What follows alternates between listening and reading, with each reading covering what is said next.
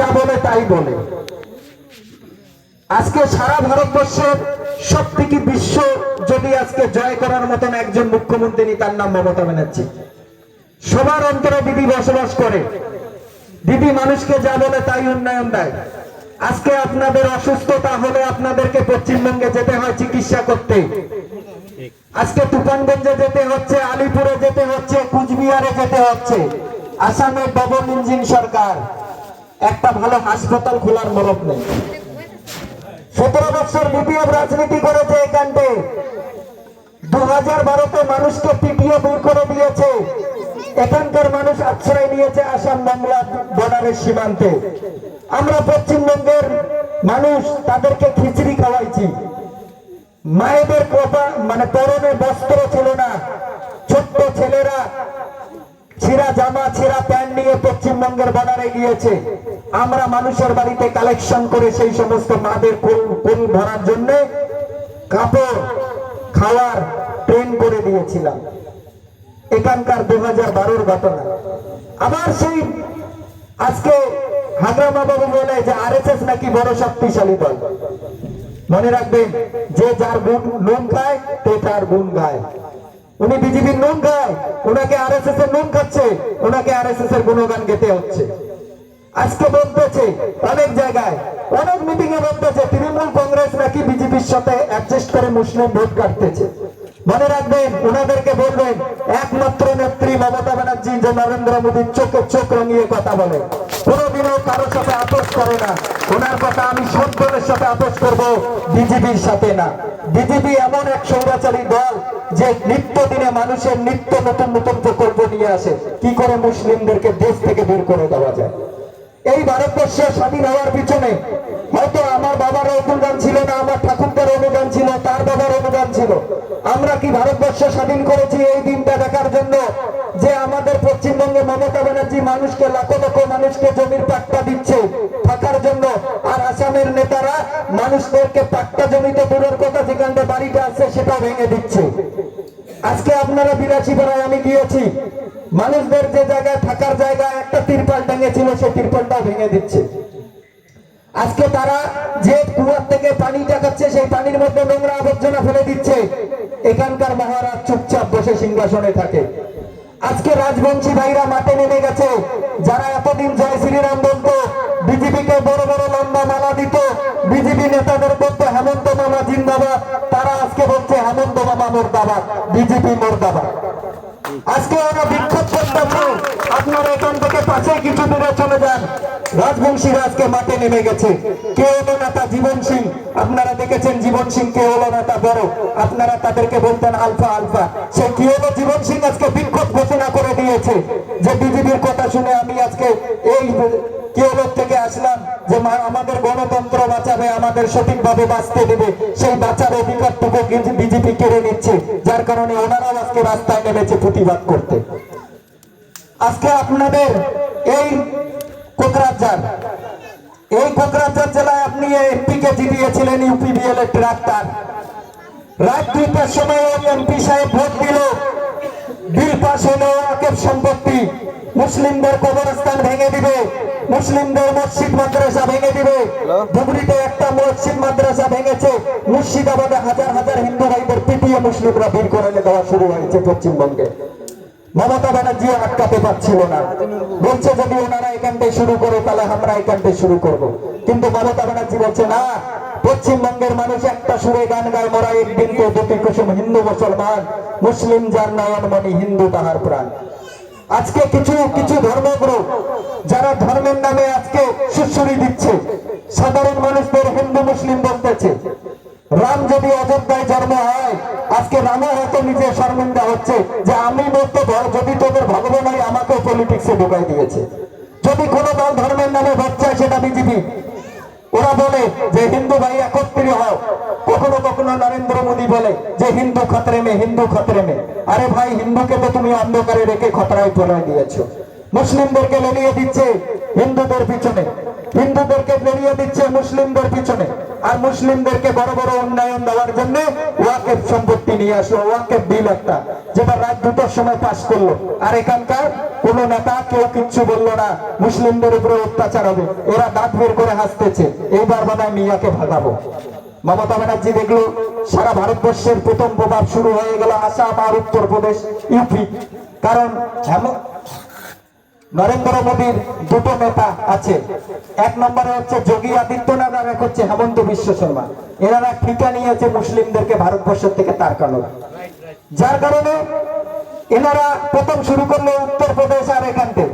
মমতা ব্যানার্জি দেখলো খুব পরিস্থিতি খারাপ, সারা ভারতবর্ষের মানুষ আতঙ্কিত হবে, বিশৃঙ্খলা সৃষ্টি হবে, পাকিস্তানের মতন পরিস্থিতি, পাকিস্তানে ইমরানকে পাঠিয়ে দিল, বাংলাদেশের শেখ হাসিনাকে লাথি মেরে তারকে দিল।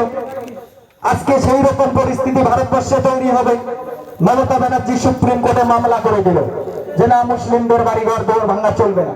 ওই দিন কইছিল আসামের বড় বড় মুসলিম নেতারা এত হামদর্দি দেখাও, মুসলিমদের ভোট চাও, কই একটা তো মামলা করলে না, একটা হাইকোর্টে ছোট্ট একটা মামলা করলে না যে মুসলিমদের মসজিদ ভাঙা যাবে না।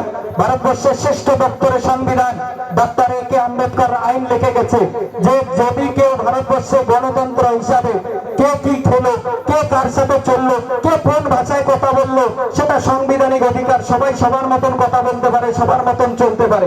সেই কথাটা আজকে বিজেপি হরণ করতেছে, রাত্রির পর রাত্রি একটা মেজরিটি সংখ্যক সংসদকে নিয়ে একটা বিল পাস করে দিয়ে রাষ্ট্রপতির শাসন নিয়ে সিগনেচার নিয়ে নিচ্ছে, আর রাতের বেলা বিল পাস করে দিচ্ছে। এখন দেখলো কোনো ওষুধে কাজ হচ্ছে না, আবার কি ফন্দি করা যায়। সব গুরুদেব বসলো যে এবার কোনো ফন্দি করতে হবে, নিয়ে আসলো এসআইআর। কিছুদিন আগে আপনারা শোনেন নাই যে জন্ম সার্টিফিকেট বের করতে হবে?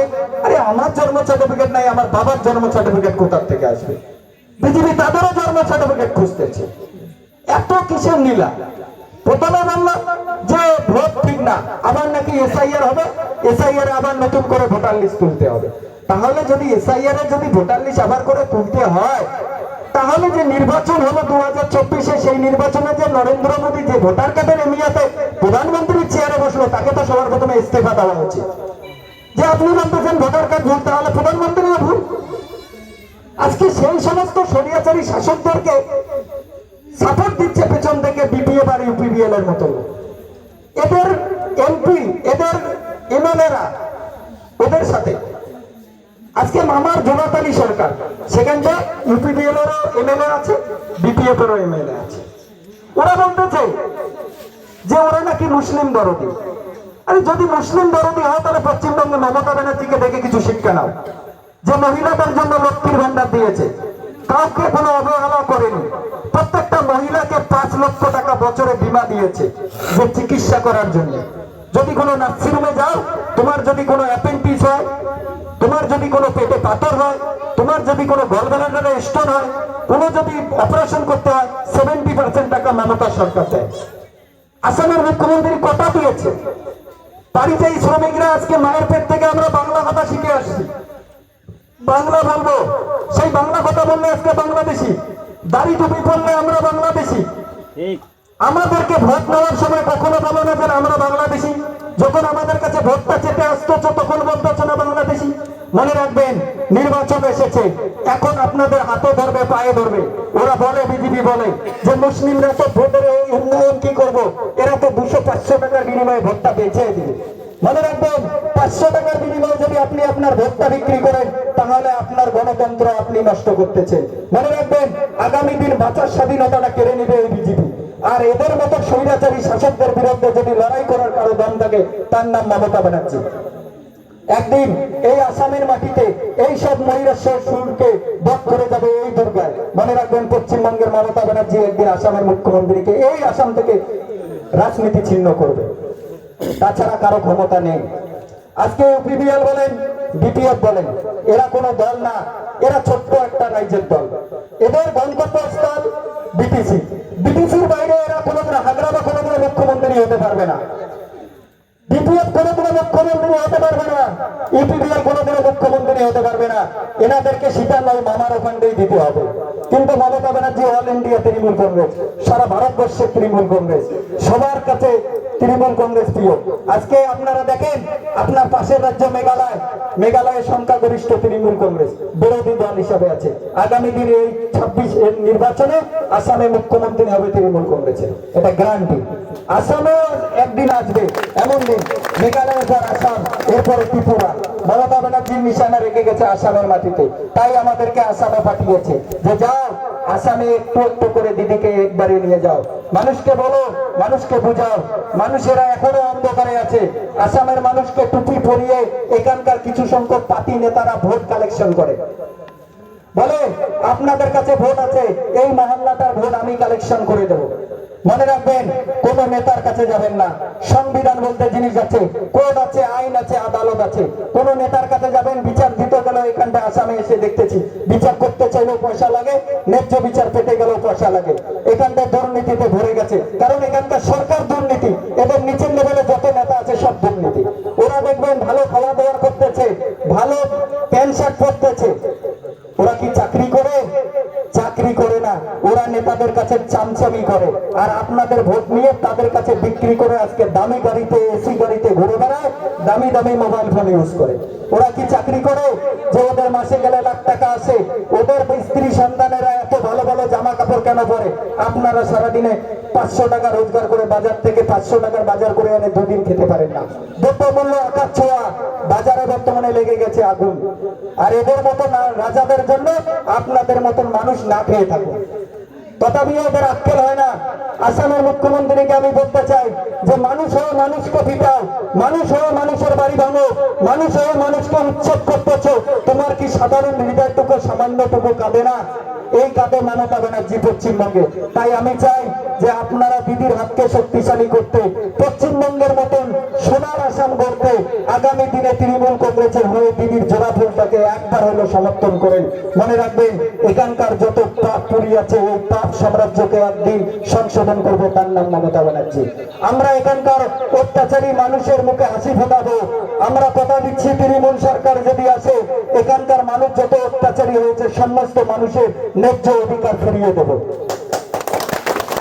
আমরা চাচ্ছি যে আসামের মাটিতে তৃণমূল যেদিন শুরুয়াত হবে, মনে রাখবেন এই 26-এ এই বিটিসিতে আজকে ইউপিবিএল জায়গা পাচ্ছে না মিটিং করার, তৃণমূল জায়গা খুঁজে দিচ্ছে, তৃণমূল জায়গা খুঁজে দিচ্ছে কোথায় কোথায় মিটিং করতে যাবে। আজকে এই কচুগাঁও সমষ্টিতে সবাই তৃণমূলকে চাচ্ছে। কেন চাচ্ছে জানেন? আপনি আমাকে দেখে ভোটটা দিচ্ছেন না, আমি আপনার কাছে আমার হয়ে ভোটটা চাচ্ছি না।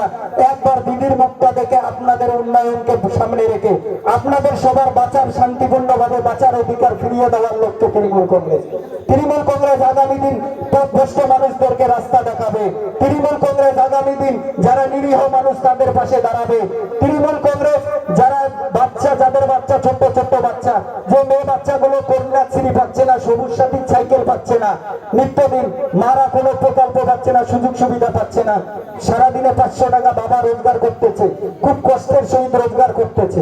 সেই 500 টাকা রোজগার করে একদিন কাজ হয়, দুদিন হয় না। ছোট্ট বাচ্চাটা যখন মায়ের কাছে কাঁদে, মা আমাকে 2 টাকা দে, মজা খাবো, মা তাকে 2 টাকা দিতে পারে না।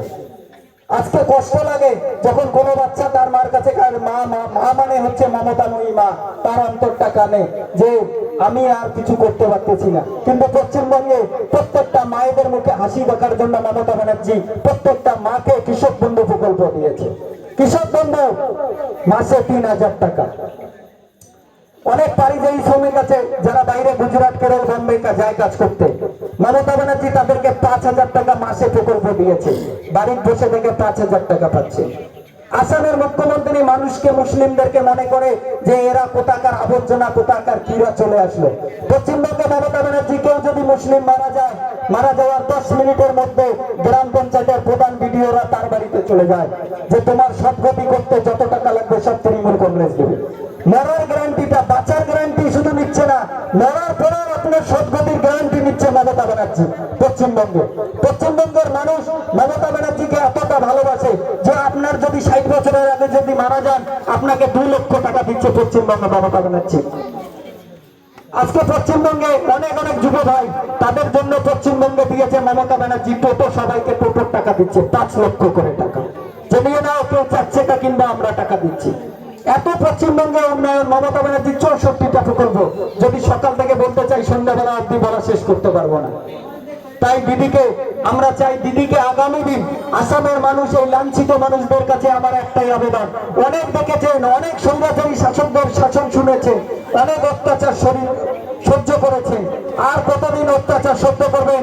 আপনি তো মরে চলে যাবেন, দুদিন পর আপনার যে ছেলেটা থাকবে, আপনার যে নাতিটা থাকবে, সেই স্বৈরাচারী শাসকের দলের মধ্যে ফাঁসবে। তাই সময় আছে এখনো এই দল থেকে তাদেরকে মুক্তি করার জন্য তৃণমূল কংগ্রেসের কান্ডারিটা একবার ধরে দেখেন। মনে রাখবেন, এই তৃণমূল কংগ্রেস একদিন আপনার আগামী জেনারেশন করে বাঁচার গ্যারান্টি দেবে। তাই আমি চাচ্ছি দিদির হাতকে শক্তিশালী করতে, দিদির দেওয়া তৃণমূল কংগ্রেসকে জোড়াফুল চিহ্নে ভোট দিয়ে কচুগাঁও সমষ্টিতে লাইফুল নাজ্জারীকে প্রচুর পরিমাণ ভোটে জয়যুক্ত করবেন এবং মমতা ব্যানার্জির হাতকে শক্তিশালী করবেন। আমি কথা দিয়ে গেলাম, মমতা ব্যানার্জি নিজেও আমাকে বলেছে যে আসামের স্বাস্থ্য ব্যবস্থার অবস্থা খুব খারাপ।